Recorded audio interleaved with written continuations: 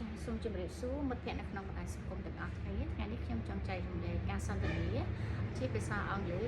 ចំពោះការជួបគ្នាជាលើកដំបូងចាអញ្ចឹងពេលដែលយើងជួបគ្នាលើកដំបូងយើងនិយាយពាក្យថាយើងជួបលើកដំបូងនិយាយពីថា Hello ចាសួស្ដី Hi សួស្ដីចាតបមកទៀតយើងក៏សួរឈ្មោះថា What's your name តើអ្នកឈ្មោះអ្វីចា What ប្រែថាអ្វីស្អី Name ប្រែថាឈ្មោះ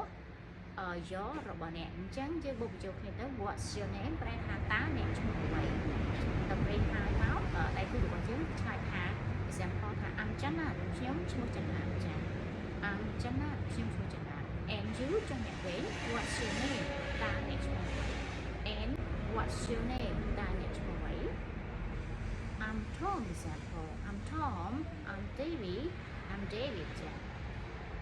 អរគុណចំពោះការទស្សនាវីដេអូខ្លីមួយនេះចា